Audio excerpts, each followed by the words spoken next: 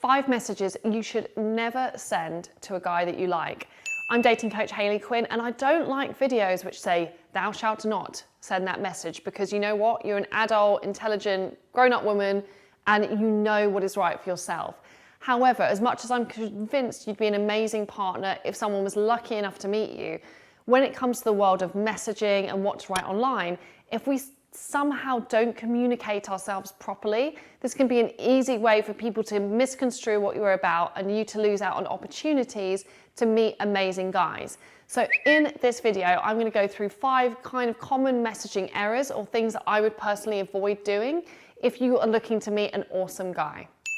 So first kind of message to avoid is what I call the epic long WhatsApp takedown. So in this scenario, it's you've been maybe dating someone on and off for a while, they're giving you mixed signals, you're kind of annoyed, and you know what, you get to the space where you're just like, you know what, I just want to know. Or I'm just gonna, you know what, I'm gonna tell him off, this has ticked me off for the last time. And you write a really long WhatsApp message which kind of goes through times since dating you that he hasn't treated you right, why you think he's done that, how you felt about it. It is a chunky message. Now, the phrase I like to think about when you're in this situation is knowing is enough. You know when someone isn't treating you in the way that you want. And sometimes when we hold a gun to someone's head in the form of a very long WhatsApp message, asking for someone to treat us better or asking for someone to explain themselves, that forcing of the situation doesn't often work well. Instead, actually withdrawing your emotional investment, your time, your energy, and your effort, saving that for yourself and being less communicating and withdrawing is actually going to send a stronger signal here of what you're doing isn't enough for me right now, without you getting embroiled in a big WhatsApp discussion. The second message I would absolutely avoid sending is the question mark or the 3 question marks. Again, this is often sent, I guess, when you feel like you've been left hanging or someone hasn't got back to you. And yeah, it is. I'm not saying it's not seriously annoying when someone reaches out and says it would be really nice to catch up sometime. You give them a date and then they don't get back to you. You're like, what's that about?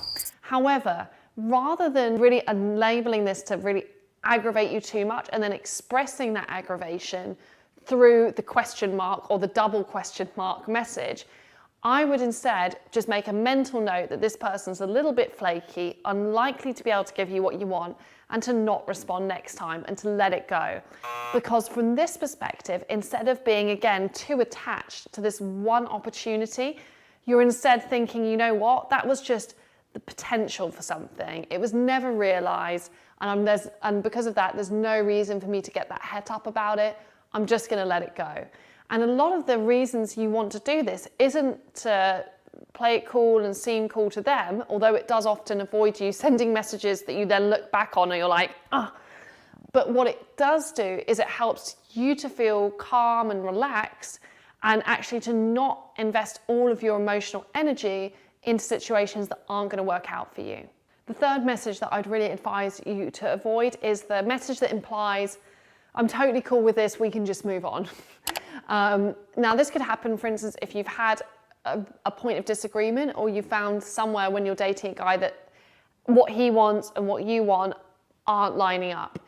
If you've had a bit of finality around things, there's a line has been drawn in the sand and the interaction has ended, but then you get a week on from that and you're thinking, you know what, I actually really miss him, I wish things had been different, and you then send a message which sort of like brushes over or ignores the conversation you just had and attempts to restart a conversation.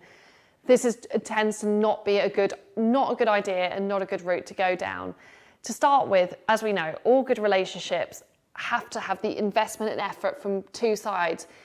Building a good relationship is not about you constantly compromising what you want and trying to smooth it over and trying to find some way that it can work out with this guy. And at the same time ignoring all of your boundaries and values.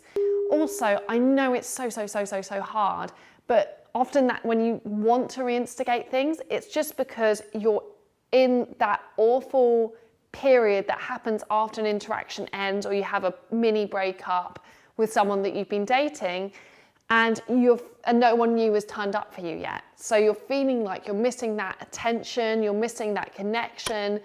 But instead of going backwards to try and reopen that old interaction, it's so much better just to put your phone on airplane mode, sleep on it, and then decide not to go on and message this guy. Fourth message that you should never send, which is kind of along the same lines here, is the "what are you up to" later message, or the "what are you up to now," the kind of late night booty call message. Now, there are some people out there in the world who are totally on every level, emotionally, comfortably and fine with just having casual hookups. And that's actually what their intention is. They've decided it's where they're at in their lives right now and they're okay. However, there are a lot of other people who may go down that route just because they don't necessarily have someone filling that void. That sounded like a bad innuendo. They don't have that level of connection with someone right now, and they're kind of bored, or a friend's cancelled on them, or they've had a bad week. And because you're feeling a bit depleted, you're just like, oh, well, at least then that'll be fun, or at least it's something exciting, or at least I can get some attention, or at least I can have some physical contact.